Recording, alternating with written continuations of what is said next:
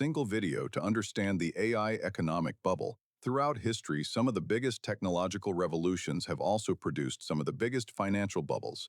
It happened with railroads, it happened with the internet, and now, with AI, we may be watching it happen again. There's no question that artificial intelligence is a real technological breakthrough, but that doesn't automatically mean every dollar being poured into AI today will earn a good return. So how big has the AI bubble become? And more importantly, how close are we to the point where reality starts catching up with expectations?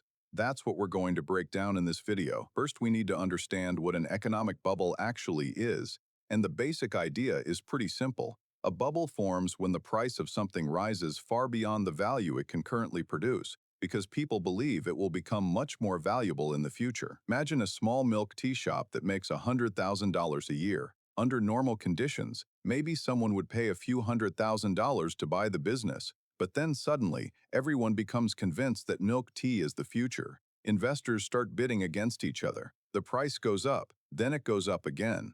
Eventually, that little shop is valued at $5 million.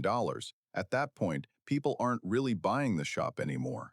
They're buying a story about the future. They're betting that milk tea is going to become so important, so profitable, and so dominant that today's crazy-looking price will eventually make sense.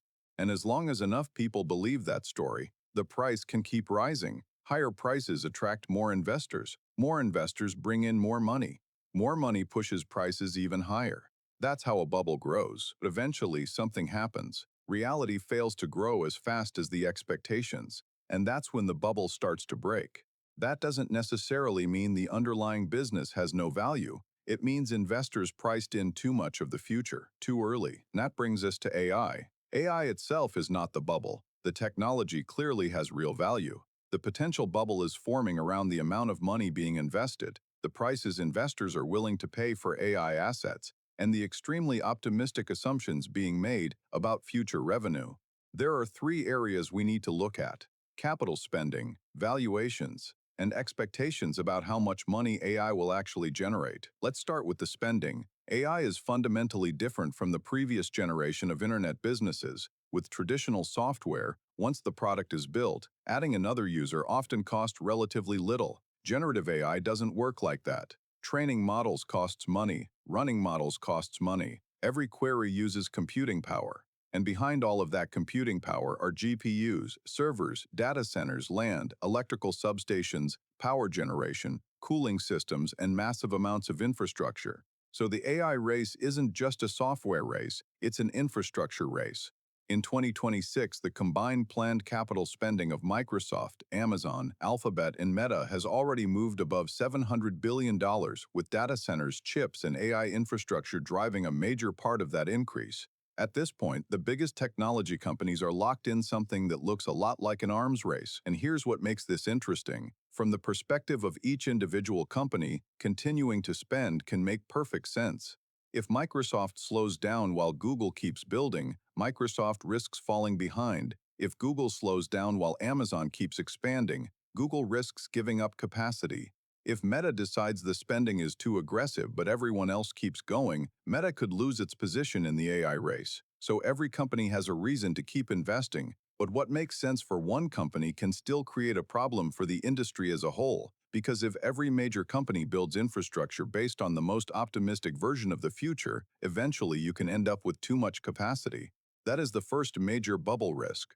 Overbuilding. Every data center being built today is basically a bet on one thing: that AI demand several years from now will still be growing at roughly the pace companies expect today. Maybe that happens. If it does, these investments could make perfect sense. But imagine a different scenario. What if AI models become 10 times more efficient? What if chips keep getting dramatically faster? What if customers simply aren't willing to pay as much for AI as companies currently expect?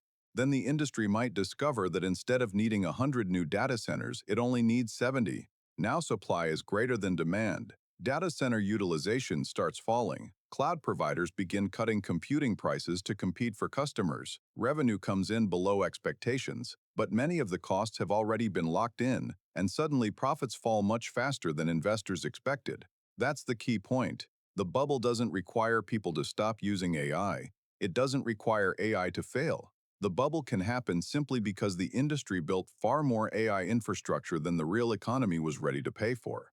In other words, investment outruns the economic return that investment can actually generate. Now let's move to the second issue, valuation. Why is a company worth hundreds of billions of dollars? At the most basic level, because investors believe that company will generate enormous amounts of cash in the future.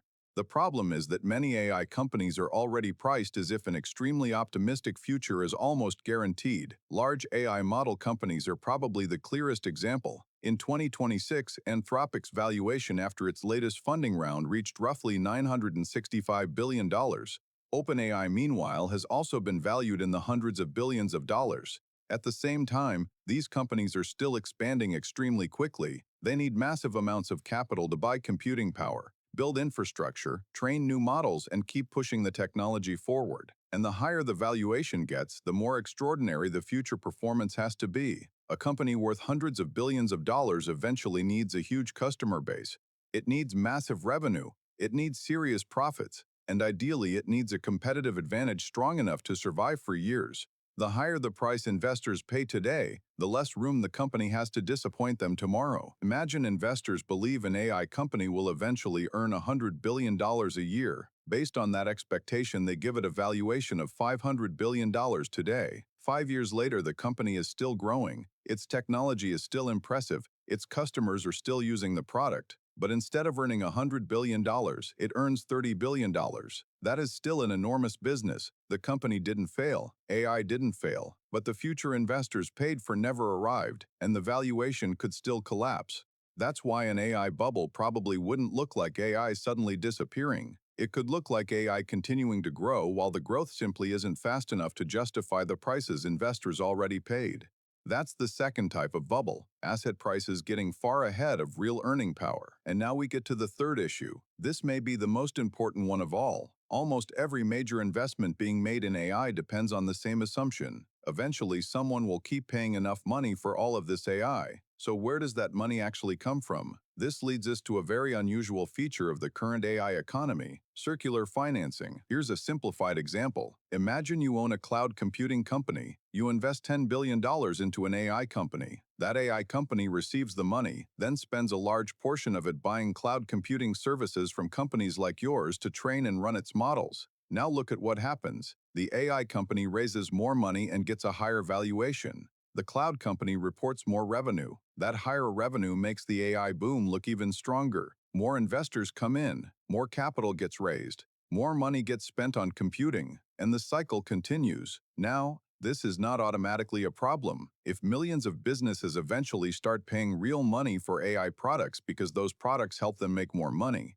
cut costs, improve productivity, or replace expensive processes, then the whole cycle can eventually turn into a healthy economic ecosystem. The investment helped build the infrastructure. The infrastructure helped build useful products, and real customers ultimately paid for those products. That's how a successful industry develops. But there's another possibility. What if a large part of the spending by AI companies continues to depend on those companies raising more and more money from investors? Then part of today's cloud revenue is indirectly dependent on tomorrow's investors continuing to provide new capital, and that's where the risk becomes much harder to measure. Because the dangerous question isn't whether AI revenue is fake. Much of it is real. The real question is, how much of the current demand is coming from genuine sustainable customer spending, and how much of it exists because capital markets are still aggressively funding the industry? That may be one of the most important questions to watch over the next several years. So does this mean AI is going to repeat the dot-com crash of 2000? The answer is yes and no. In the late 1990s, people became convinced that almost any company connected to the internet was going to make money. We now know how that ended. The internet absolutely changed the world. The internet grew faster than almost anyone could have imagined, and at the same time, huge numbers of internet companies went bankrupt. That gives us one of the most important lessons from financial history. A technology can succeed spectacularly while investors still lose enormous amounts of money. AI could follow the same pattern, but there's also a major difference between today and the dot-com era. Companies like Microsoft, Google, Amazon, Meta, and Nvidia are not tiny speculative startups with no real businesses. They already generate enormous revenue. They have established products, they have customers, and they produce real cash flow. So if the AI bubble eventually starts deflating, I don't think the most likely outcome is that the entire AI industry suddenly goes to zero. A much more realistic outcome would be a massive repricing. Companies with no profits and a constant need for new funding could see their valuations fall first. Data center projects could be delayed or canceled. GPU orders could decline. The price of computing power could fall. Highly leveraged companies could be forced to restructure. Some could even go bankrupt. Meanwhile, the companies with the strongest balance sheets, real customers, established distribution, and the lowest costs could actually emerge from the crash even stronger. That's exactly what happened after the dot-com bubble. The internet didn't die, but a huge number of internet companies disappeared. And out of that collapse came companies like Google and Amazon, which eventually became some of the most powerful businesses in the world. So when will the AI bubble burst? Nobody knows, and anyone giving you an exact date is guessing. Bubbles usually don't burst because everyone suddenly wakes up one morning and says, "Wow, these prices are too high." They burst when some piece of real-world data starts proving that the future was priced too optimistically. So instead of trying to predict a date, there are 4 things I think are much more useful to watch. First, our business is actually making money from AI. And I don't mean a company buying a few ChatGPT subscriptions for employees. I mean AI becoming deeply integrated into core operations, customer service, finance, supply chains, research and development, processes where AI can consistently increase profit, reduce costs, or materially improve productivity, because eventually, AI spending has to produce measurable economic value. Second, watch the free cash flow of the major technology companies. If capital spending keeps rising year after year, but the cash these companies generate doesn't grow fast enough to justify that spending, investors will eventually start pushing management teams to slow down. At some point, shareholders stop asking, "How much are you investing in AI?" and start asking, "When are we getting the money back?" Third, watch data center utilization. A huge wave of new capacity is expected to come online around 2028 and 2029. If computing supply starts growing faster than demand, utilization rates will fall. That would be one of the clearest signs that the industry built too much, too quickly. And fourth, watch financing. As long as capital markets are willing to keep giving AI companies more money, the cycle can continue for a very long time. The dangerous moment comes when investors stop being satisfied with stories about the future, and they start saying, "Forget the projections. Tell me when you're actually going to make money." So what does all of this mean for ordinary people? AI could very well become one of the most important technologies of the next 20 or 30 years. But a great technology and a great investment are not the same thing. Railroads changed the world. A lot of railroad companies still went bankrupt. The internet changed the world. A lot of internet stocks still lost 90% of their value. So if you're an ordinary investor, one of the most important things you can do is separate 2 questions. First, will AI be valuable in the future? And second, how much should you be willing to pay today for that future? Those are completely different questions. Being bullish on AI does not mean every AI company is a good investment. And if technology stocks eventually suffer a major crash, that doesn't automatically mean AI has failed. That's what bubbles are really about. The technology doesn't have to be fake. The future doesn't have to be fake. The problem is that people can take an incredibly optimistic version of that future and price all of it into assets today. And once that happens, even a successful future may not be successful enough. So I'll leave you with one question. If the AI bubble really does break, where do you think the first major problems will appear? Will it be model companies like OpenAI that are still burning enormous amounts of cash? Will it be the technology giants spending hundreds of billions of dollars to build data centers? Or will it be chip companies like NVIDIA that have benefited from the massive expansion in AI infrastructure? Let me know what you think in the comments, and if you want to keep understanding the money, the technology giants, and the economic forces shaping the AI boom, like the video and subscribe. I'll see you in the next one.